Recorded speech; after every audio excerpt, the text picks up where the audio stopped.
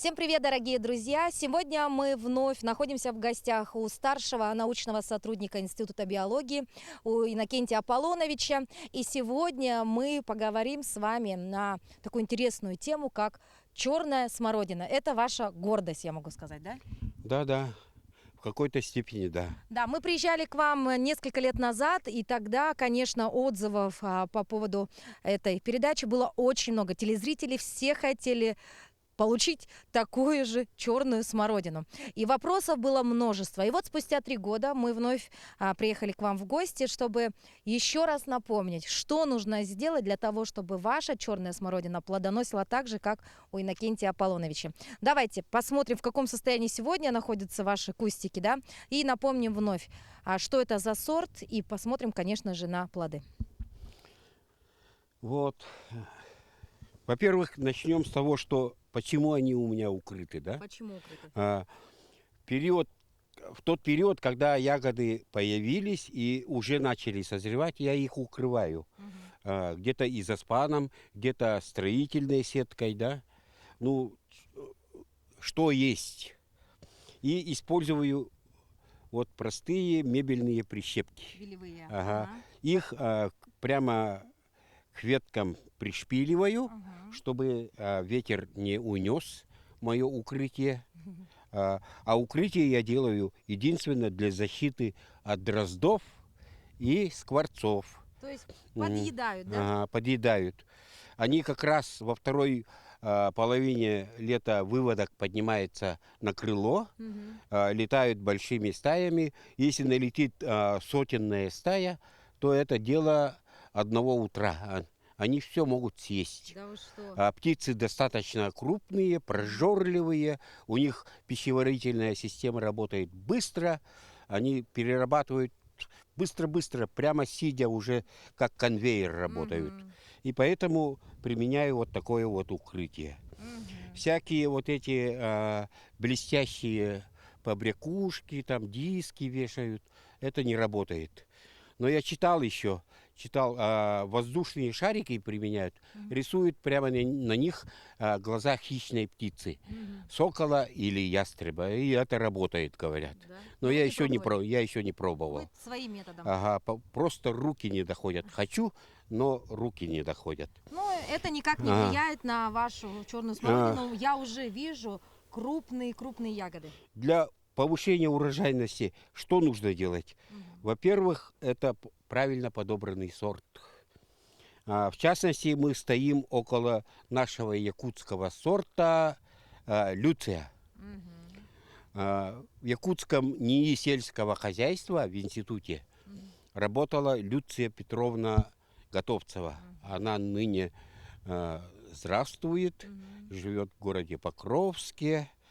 Вот ее прекрасный такой сорт дает очень обильный урожай сладких таких ягод, по вкусу приближающихся к дикой смородине.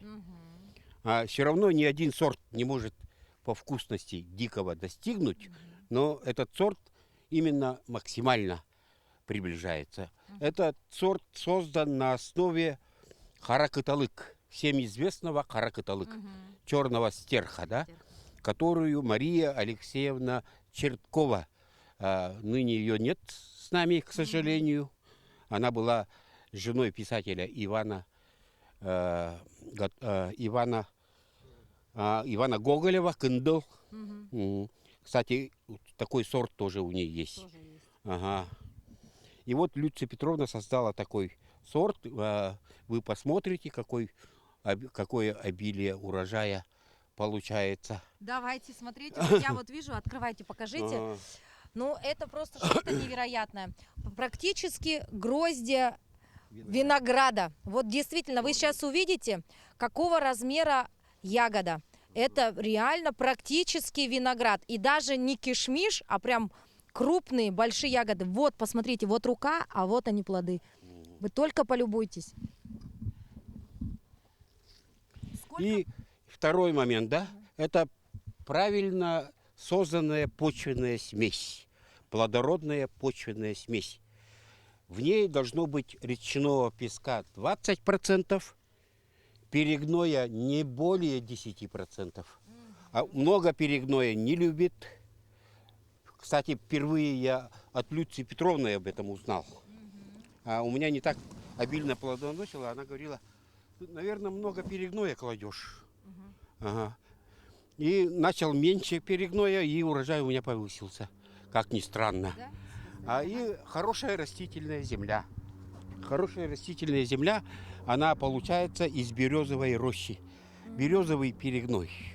Вот Да. секреты, да? Ага. Многие, вот, кстати говоря, нам после того выпуска писали, почему у меня не плодоносит черная смородина. Все дело все-таки в почве, наверное, в большей степени, да? Да, в почве. И наличие опилок. Старых, перепревших, 3, 4 и далее летней давности опилок. Это очень влияет на урожай. Почва получается хорошо аэрируемой, то есть проницаемой для воздуха. Корни растения дышат. И, конечно же, правильный полив. Любит воду? Любит воду. Обильный полив 1 раз в неделю, не ежедневно. Запомните, не ежедневно. Надо растениям давать дышать время. Обильный полив, насколько впитывает в себя земля. Максимально. И урожай вам обеспечен. И еще самый главный такой прием, это весеннюю порою растения очень сильно страдают от вредителей, да? Душистое растение такое, сладкое для насекомых вредителей. Поэтому, как только стаял снег, кипятим воду в бочке, прямо в 200-литровой бочке я кипячу. Довожу почти до кипения и горячей водой прямо проливаю сами кустарниками, землю под ними и вокруг них. Для чего это делается? Для уничтожения вот этих вот зимовавших взрослых насекомых и их потомства в виде яиц. Все обливаем сами растения. Потому что они, некоторые насекомые, прямо на стеблях зимуют. И потом все съедят. Момент надо, это тут 2-3 дня играют большое значение. Как только стаял снег, это конец апреля или начало мая, надо ошпарить. И не бояться, что почки, они нисколько не страдают. Не страдают. Не боимся, заливаем кипятком обязательно, как только сошел снег. Растения это все равно как люди, все равно как животные, да? Они имеют и вирусные заболевания, и грибковые заболевания, и бактериальные заболевания. И их десятки, если не сотни, да? Вот эти вот споры этих бактерий, вирусов, грибков, они также погибают при этом приеме. Поэтому обязательно, вот запоминайте, дорогие друзья, нужно ошпаривать все-таки кустики, когда сошел снег. Ну, конечно, вот обратите внимание, в моей руке это просто одна ягодка. Я не могу, у меня уже слюнки текут, и я подъедаю, пока Иннокентий Аполлоныч рассказывает, а у меня все мысли уже о том, как бы быстрее попробовать ее. Но я уже наелась, очень вкусно. Великолепно. Сколько вы собираете? Расскажите телезрителям примерно. У меня суммарно на участке 8 растений смородины. Участок у меня небольшой, 9 соток.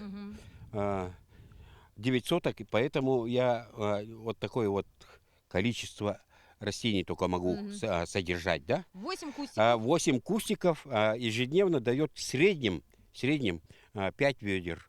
Ну, нынче год урожайный. Около 6 ведер будет с этим кустом последним. Вы сказали ежедневно? Нет, ежегодно. Ежегодно. Вот, ежегодно. Это сейчас телезрители все просто упали, наверное. Я оговорился, прошу извинить. Ежегодно с каждого кустика 6 килограмм. 7-8 литров. 7-8 литров. Так, ну посмотрите еще раз. Вот этот куст наверняка даст ведра 1,5. 1,5. Если не 2. Вот она. Красавица какая. Куст огромный, такой раскидистый получился. Ему где-то 5-й год. Он находится в апогее своего развития. Вообще смородина, она плодоносит в течение 12-13 лет, да? Потом уже куст старится. И нужно посадить свежий молодой черенок или растение выкорчевать и омолодить. Каким Это, образом? это уже другая история. Это уже другая история. Но я думаю, на ближайшие 12 лет советов ваших хватит. А через 12 лет мы приедем и снимем передачу про то, как нужно омолодить будет этот кустик, да? Да. Напоминаем о том, что смородина плодоносить начинает на 3-й год, да, примерно? На 3-й год при хорошем уходе. Мгм. Ну, первые ягодки на 2-й год даже появляются. Первые. Но вот Ага. такой хороший урожай нужно, конечно, подождать немножко, да?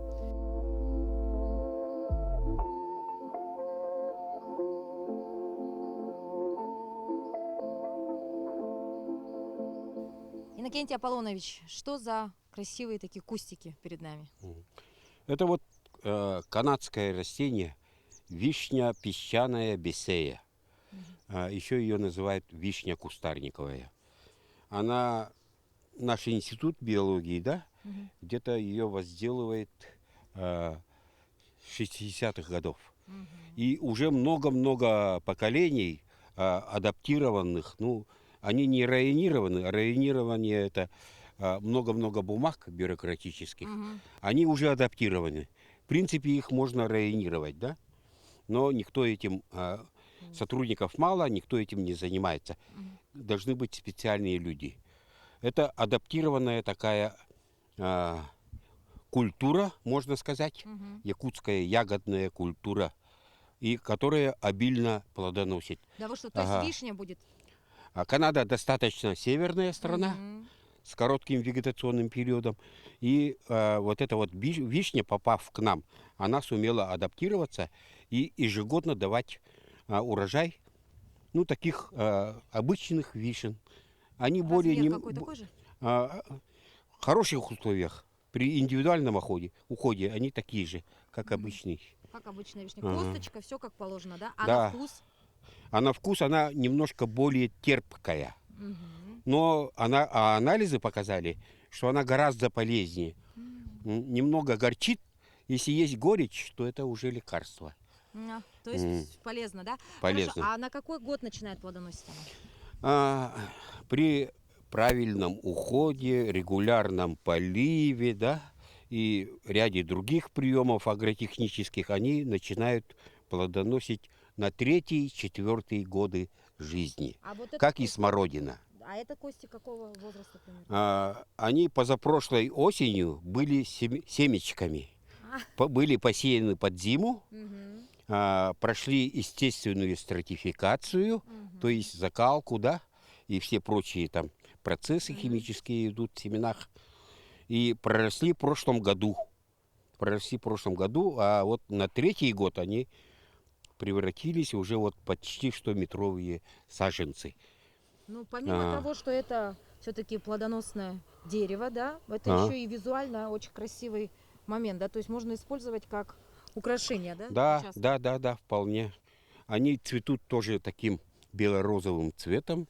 Это вот Мгм. получается наша северная сакура. Мгм. Немножко они вот стелятся, да, по земле, но многие садоводы их подвязывают в круговую, да, Мгм. и получается вот до 1,5 метра куст. Мгм. Такой красиво, визуально хорошо смотрится в ландшафтном фитодизайне, его вполне можно использовать. То есть можно и плоды полезные получить, да, И красоту. и красоту. М. Берем на заметку вишни быть на участках жителей нашей республики.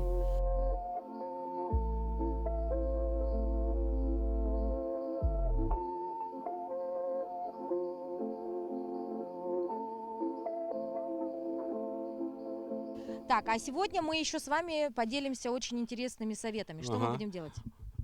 Смородина, помимо таких сладких ягод, дает еще такие листья, Мгм. ароматные, вкусные листья, из которых можно получить чай. Мгм. Чтобы чай был очень хорошим, таким ароматным, приятным на вкус, да, а, утоляющим жажду, надо его провести такой прием подготовки, Мгм. кулинарный, можно сказать, да, прием. Кулинарный. Ага, кулинарный. Называется ферментация. Что такое ферментация, да? Вещество, растение состоит из клеток, как и Мгм. мы, да? Да, как и мы. Из клеток. Клетки имеют оболочку, достаточно эластичную и прочную, да? Мгм. она даже не разрушается при варке, при 100 градусах. Мгм. А ферментация вот заключается в том, чтобы разрушить эти клеточные оболочки, Мгм. чтобы вещества стали доступными. Тогда чай будет такой не наваристый, а такой густой, хороший, Густой. да? Ага. И, соответственно, И все вещества становятся доступными. доступны нам. Доступными. Поэтому многие думают, что просто сорвал листик и заварил его. Так Да. можно, конечно, Так делать. можно. Так можно, но сегодня нам подскажут 30% только получишь. 30, а мы хотим все 100, и поэтому сейчас мы научимся Ну, не 100, ферментированию. но приблизиться. 70-80% Итак, ферментации. ферментацию сейчас сделаем, а Иннокентий Аполлоныч расскажет, как это делать. Для начала, конечно, срываем листики. Какие? Да. Листики собираем здоровые, без пятнышек. Вот такие вот. Вот такие. Я их беру прямо вот свежей порослью, с черешками, с кончиками веток. Вот берем. Никакого вреда при этом растениям мы не наносим. Наоборот, усиливается ветвление, кущение. Вот. Грубые веточки не берем, поскольку они не ферментируются. Черешки мы берем еще по той причине, по той простой причине, что они очень самые витаминные, больше, чем в листьях и ягодах содержится разных витаминов и биологически активных веществ, минералов тоже. Вот. Вот, допустим, собрали энное количество для демонстрационных целей. На самом деле вот эту кастрюлю мы должны полную собрать и еще набить. Но мы собрали вот такое вот количество, да? Оно для передачи достаточно, да, будет. А в целях экономии времени тоже. Ага. Добавляем. И затем последуем такому к столу. Ага. Пройдемте к столу. Пока что чай не пьем.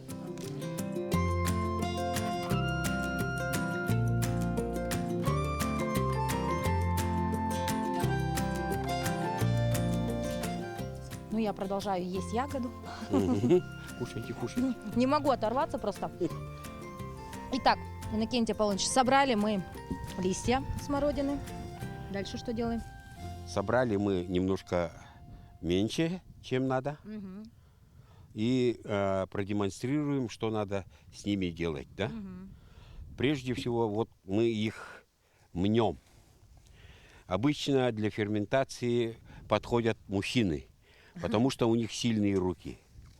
Вот мнем их вот так вот. Для чего это делается? Это делается, опять же, для нарушения целостности оболочек клеток и для выделения сока. Вот. Прям вот так. До потемнения. Видите, вот она темнеет. Ага. Какие ароматы пошли? Аромат очень такой хороший. Если у меня еще смородина маховка, у нее аромат еще сильнее. Да, вот что. Смородина маховка, я ее привез, они в природе чахлые, 2-3 стеблика, да, и немножко ягод. Причем ягоды не краснеют, а желтеют. Желтые или оранжевые становятся в фазе спелости. А в культуре это растение повело себя странным образом. Оно превратилось в огромный раскидистый куст диаметром прямо-таки 3 метра, да?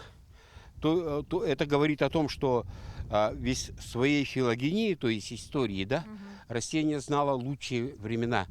Когда-то тут бушевали тропики, и это растение наличествовало, да, во флоре. И оно было пышным. Потом климат постепенно за миллионы лет суровел, становился более жестким, да, холодным. И растение, чтобы выживать, стало вот таким небольшим, чахлым, да. А попадая в культуру, где тебе и питание дают, Как и у вас, и да? воду дают, да, и сорняки пропалывают, оно расцвело, да, в таком вот, достигая 3 метров, наращивая большую такую надземную массу. И подземная масса корней тоже, надо думать, большая. Вот мы помяли, Объемы уменьшились немножечко. да? Объемы уменьшились. Мгм. Кастрюля должна быть полной, да? Битком. Мы ее Вот, еще должны утрамбовать. утрамбовать. Мгм. Утрамбовать. Вы, наверное, поняли. Мгм. Для демонстрации мы небольшое количество Мгм. взяли и утрамбовали. Потом, вот сегодня теплая погода, да? Да. 25 градусов. Закрываем крышкой и ставим на 2 часа Просто на улице, на солнце. на солнце. Кастрюля металлическая, она нагревается на 2-3 часа. Мгм. Можно даже 4, да? Этот этап называется томление. Мгм. Томление. Растения, листья нагреваются, Мгм. идет самосогревание, процессы химические идут, Мгм. и такие тоже биологические процессы тоже идут, химические, биологические процессы. То есть бактерии начинают работать, идет ферментация. Мгм. А, а, Продержали вот такое вот от 2 до 4 часов Часов. на солнце. Они теплые становятся, влажные. Мгм. Открываем кастрюльку, второй раз в нем еще. Еще раз. Еще раз в нем. Мгм. Потом помещаем пакет. Мгм. Пакет такой, Полиэтилен. обычную маечку Мгм. прочную. Выдавливаем. Вот эту массу помещаем туда. И максимально удаляя воздух Мгм. из мешка, ну, Как вакуум создаем. трамбуем, да, Мгм. как вакуум создаем. И помещаем вот этот мешок в морозильник. Можно на 4, минимум 4 часа должно быть. Минимум. Ага. Максимум, ну, 2-3 часа оно в замороженном состоянии. Ну, можно до недели даже держать, если не хватает времени, да, вам, Мгм. в силу каких-то причин. И После этого вытаскиваем и через мясорубку или ножом мелко-мелко нарезаем. Мгм. И сушим. Сушим обязательно в тени, в проветриваемом помещении. Некоторые сушат в сушильных шкафах, да, Мгм. микроволновках, но этого я не рекомендую делать, потому что разрушается до половины витаминов. Да вы Они что? восприимчивы к температуре, да, поэтому То есть разрушаются. Поэтому естественным путем, да? тонким слоем рассыпаем на скатерть, Мгм. на целлофан и сушим.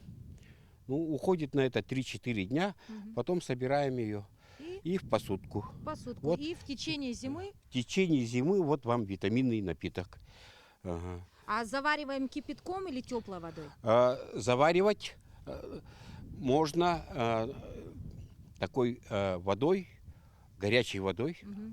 70-80 градусов. Мгм. То есть, Оно ферментированное, при 2-3 часа настаиваешь обязательно, мгм. и хорошо заваривается. Вот так вот. Вот такой полезный чайный напиток можно сделать просто вот себя не утруждая, да. Итак, еще раз, собираем листья смородины, обязательно их Ага. выжимаем, Мнем. мнем, Сильными мужскими умелыми руками. мнем, затем отстаиваем в кастрюльке на солнышке. Томим. Томим 4 Ага. часа, потом опять мнем, потом утрамбовываем в пакетик все это дело и убираем в морозилку на 4 часа как минимум. Далее все это достаем обратно и высушиваем. Я забыл сказать, да? Помещаем в морозильник, Да. чтобы еще лучше разрушить клеточные оболочки. В клетках образуется лед, расширяется Мгм. и разрывает остатки вот этих клеточных оболочек. То есть обычно мы все строим и созидаем, а здесь главная задача разрушить, да? Разрушить клеточные оболочки, чтобы полезные вещества стали доступны человеку. Вот такая уникальная черная смородина растет у Иннокентия Аполлоновича. В ход идет все, да, как и прекрасные крупные ягоды, так и листва. Ну и, конечно, черная смородина – это кладезь полезных элементов, витаминов, да. Да и вообще, мне кажется, это одно из самых лучших растений для профилактики многих заболеваний. Прежде всего, это аскорбиновая кислота. Один из самых сильнейших антиоксидантов, столь востребованных в наше время. Время, когда экология нарушается.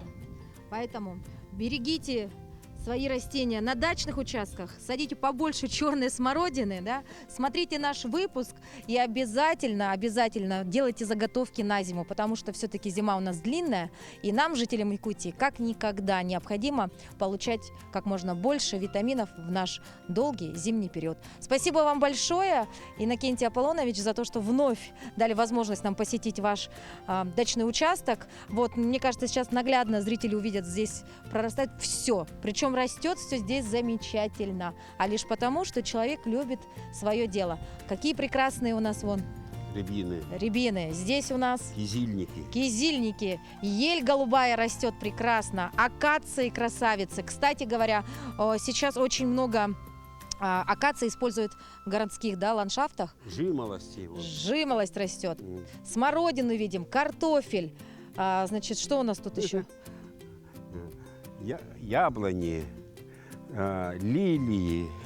Всё Вишня. А, Ну и, конечно, и так далее, и так далее. так далее. А. В общем, хотите знать все, подружитесь с Иннокентием Аполлоновичем, старшим научным сотрудником Института биологии. Он про растения в Якутии знает все. Еще раз спасибо, ну а мы не прощаемся, дорогие друзья, увидимся уже совсем скоро. До новых встреч!